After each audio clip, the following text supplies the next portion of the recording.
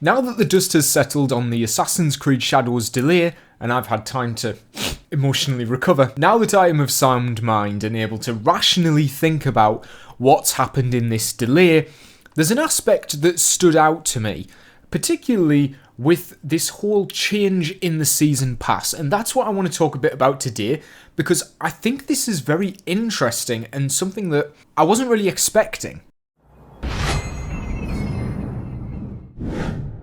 So yes, unfortunately, Assassin's Creed Shadows has been delayed. But to make up for this delay, Ubisoft are giving us the first expansion for free, which is great news. However, they've also cancelled the entire season pass, and this has sort of got my attention being like, okay, well, Unity cancelled its entire season pass and gave you all of that content for free. Shadows doesn't seem to have done that. It's cancelled its entire season pass, but it's only given you part of it for free. Which begs the question, in my eyes, what's happening with this second expansion? Is this going to be an expansion that we need to pay for separately? Now, in the past, Ubisoft have followed the Season Pass model pretty universally across all of their games. Assassin's Creed has had a Season Pass since, I think, Brotherhood, as early as that. And Assassin's Creed has always followed the formula of having a story-based DLC expansion. I can't think of a game that doesn't have it in. Even Assassin's Creed 2 cut out some of its filler sequences and sold it back to you. It's just the way the Assassin's Creed franchise is structured is that they will have the main game, and then they will typically have one smaller DLC and one massive DLC. And in some cases, they've had like 2 or 3 episodical adventures that get broken up, and in Valhalla we saw probably the biggest departure yet, where they offered us lots of free quests. There was a whole last chapter scenario, there was the Isle of Skye with Cassandra. They started to tease the idea of giving us free content updates as the game went on. And we'd had a couple in Origins with the Sekhmet trials. The other method that Assassin's Creed typically uses to get money out of its players is their shop. They're microtransactions, which are usually in the form of outfit and gear packs, which get sold to you for quite a startling £20 or $20, which is about a third of the price of the whole game. Now, outfits and cosmetics have always been a really essential part of the Assassin's Creed franchise. It's why I do a whole series just looking at the outfits, because Ubisoft do put quite a lot of effort into them, and I'm not saying that they are worth the £20, but in terms of a DLC structure, you can tell that they understand the significance of making those cosmetics cool. Overwatch. Actually, that's not the last time I'll be mentioning Overwatch, because I get the feeling that Overwatch and games like that have been a heavy inspiration for Ubisoft. I mean, we're talking around the time of 2014-15, when like Call of Duty was starting to transition from having map packs into cosmetics, because they are clearly making a lot more money. And recently we saw the rise of the Battle Pass. The Battle Pass is basically a way of selling you cosmetics where it's not like a randomized loot box, it's not this like gambling whole thing that had a big controversy back in the day.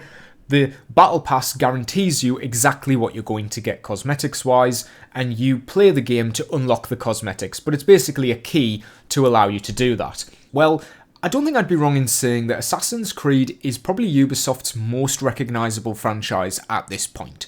It's definitely their most successful, I would say, and they probably don't feel like they're taking full advantage of the player base they had. Assassin's Creed Valhalla was massive. It was the highest selling game in the franchise, which only made the longevity of this franchise more secure. Of course, Ubisoft are looking at spin-offs and this multiplayer style title because they are probably itching to include a battle pass at some point, because that isn't just one season pass, that is more money that they can get out of you across a longer span of game. If Assassin's Creed Valhalla did have a battle pass instead of a season pass across its 3-year lifespan, that's about 18 seasons worth of content, which is about £180 extra out of your pocket, as opposed to the 40-ish pounds that season pass was. And another interesting note about Valhalla is that it didn't just have a season pass. When it was announced that the game was going to be getting an extra year of support, they brought out the Dawn of Ragnarok DLC for £33.50, which was separate from the season pass. This was an additional expansion that you had to pay for separately. And we know that Assassin's Creed has taken a lot of inspirations from RPGs. And what do a lot of RPGs do? They sell their expansions separately every single time and then bring out a version that will catch people up to speed constantly. That is how they make a lot of their money. Is Assassin's Creed taking inspiration from RPGs and they're just going to sell all of their expansions separately, or are they going to go the route where the expansions will be free but they introduce a battle pass system where you can unlock cosmetic rewards during it? It's all very interesting stuff, and obviously we don't know the answer to this currently. There are many different options that Ubisoft can go with. As much as I'm annoyed by the delay, Ubisoft don't owe me anything, they don't owe you anything. They could have delayed the game and kept the monetization structure with the season pass exactly the same. They could have still done the 3 days early access but just done it in February. The sort of meta at the minute is to release free content updates to keep your players coming back, and while they're there, you will sell them cosmetics. That seems to be the proven way of getting more money out of consumers. I wouldn't be surprised if Assassin's Creed is looking at its money and thinking, this was great, but we can do better. That's why I think we're getting this multiplayer spin-off that's coming with Assassin's Creed... Oh god, what's it called? It begins with an I. Invictus, that's it. I totally forgot the name there. Assassin's Creed Invictus. There are many different ways that this could pan out. I mean, maybe something along the lines of Valhalla, where we get this first expansion for free, but then they're gonna charge us their Dawn of Ragnarok, their £33 expansion, later down the line, and maybe it even comes like a year later. But the fact that they went to the effort of removing all pre-orders and removing, like, the versions of the game, the Gold and Ultimate Edition, are no longer listed. There is no information on them whatsoever. They've been gone. So there is definitely an endeavour to try something different, and I'll be really curious when this game does get relisted what this structure looks like. And another thing that I want to quickly mention is in regards to the AC Infinity Hub. And this is meant to be sort of like, I guess it's like a central animus of sorts where you can pick which game you want to play.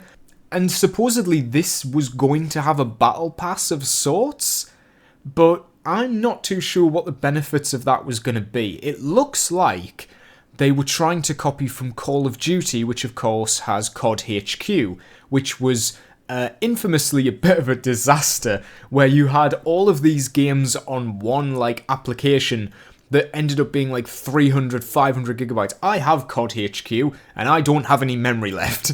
All I want to do is play Black Ops 6. I don't want to play all of them. I hope that it is simply a launcher for Assassin's Creed and not actually like a COD HQ thing, but we haven't had any news on that, which was something I never even thought about when I was doing my video on whether you should pre-order the game. I never even thought, well, we've had no information on how this hub works. We don't even know how we're going to launch the game yet. So yeah, that's my thoughts on this whole season pass thing. I feel like Assassin's Creed Shadows is going to be quite quiet for the next couple of months. I'm guessing around January we'll probably get a bit more information. I'm not expecting much until then. I know the last video I made was extremely negative. It was an emotional response, let's say. But I just want to reassure people that yes, when the game comes out, I will still be getting it. I'm now putting my business hat on. My emotional side is out the window. I'm putting my business hat on and thinking, okay, why have they done this? This is interesting. And I want to know what you think down below. What do you think is going to happen to the structure of this game's lifespan and how we're going to get these expansions? I'm very curious to see what we end up with. If you like this video, please hit that like button. Don't forget to subscribe so you don't miss out on more Assassin's Creed content. And I will see you in the next video.